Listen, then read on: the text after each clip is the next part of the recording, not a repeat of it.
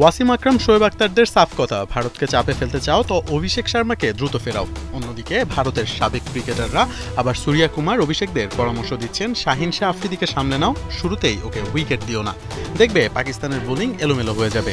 পানির মতো পরিষ্কার, ভারত পাকিস্তানের লড়াইয়ের পেছনে চলবে আরেক লড়াই, তা হলো শাহিন শাহ আফ্রিদি এবং অভিষেক শর্মা। আফ্রিদির আন্তর্জাতিক টি-20 অভিষেক 2018 সালে। অন্যদিকে মাত্র গেল বছরে ইন্টারন্যাশনাল ক্রিকেটে পা রেখেছেন অভিষেক শর্মা। এই সংস্করণে আফ্রিদি 91 ম্যাচ খেলে নিয়েছেন 117টি উইকেট। অন্যদিকে অভিষেকের অভিজ্ঞতা মাত্র 23 ম্যাচের, 2টি সেঞ্চুরি ও 5টি 50-তে 38.36 গড়ে 844 রান। তবে তার 197.65 স্ট্রাইক রেট যে কোনো বোলারের হাঁটু কাঁপানোর জন্য যথেষ্ট। এবারের এশিয়া কাপে দুজনের পারফরমেন্স বিবেচনায় নিলে রবিবারের ফাইনালে সবচেয়ে হট টপিক আফ্রিদি অভিষেক লড়াই। সে লড়াইয়ে যে জিতবে তার দলই হয়তো পড়বে এশিয়ার শ্রেষ্ঠত্বের মুকুট। এশিয়া কাপে ভারতীয় ওপেনার অভিষেক শুধু ভারতেরই নয়, এশিয়া কাপেরই এখন পর্যন্ত সর্বোচ্চ রান সংগ্রাহক। 6 ইনিংস খেলে 51.50 গড়ে 204 স্ট্রাইক রেটে 309 রান করেছেন অভিষেক।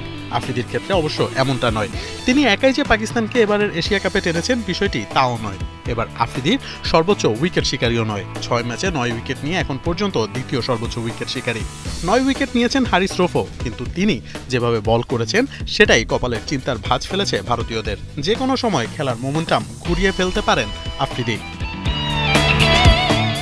একদিকে আফ্রিদির গতি, সুইং, ইয়র্কার, আবার অন্যদিকে অভিষেক শর্মার মারকাটারি ব্যাটিং। দলকে জেতাতে হলে পাওয়ার প্লেতে যেই সফল হবেন তার দলই থাকবে ফ্রন্ট ফুটে। অনেক সাবেক ক্রিকেটারদের মতে এক্ষেত্রে অবশ্য এগিয়ে আছেন অভিষেক শর্মাই, কারণ তার ভয়ডরহীন ক্রিকেট এবং বিশেষ করে স্ট্রাইক রেট যে কোনো বোলারের জন্য আতঙ্ক। তবে দেখার বিষয় আফ্রিদি তার গতি, সুইং দিয়ে কিভাবে তা মোকাবেলা করে। মোহাম্মদ আদনান, ৭১।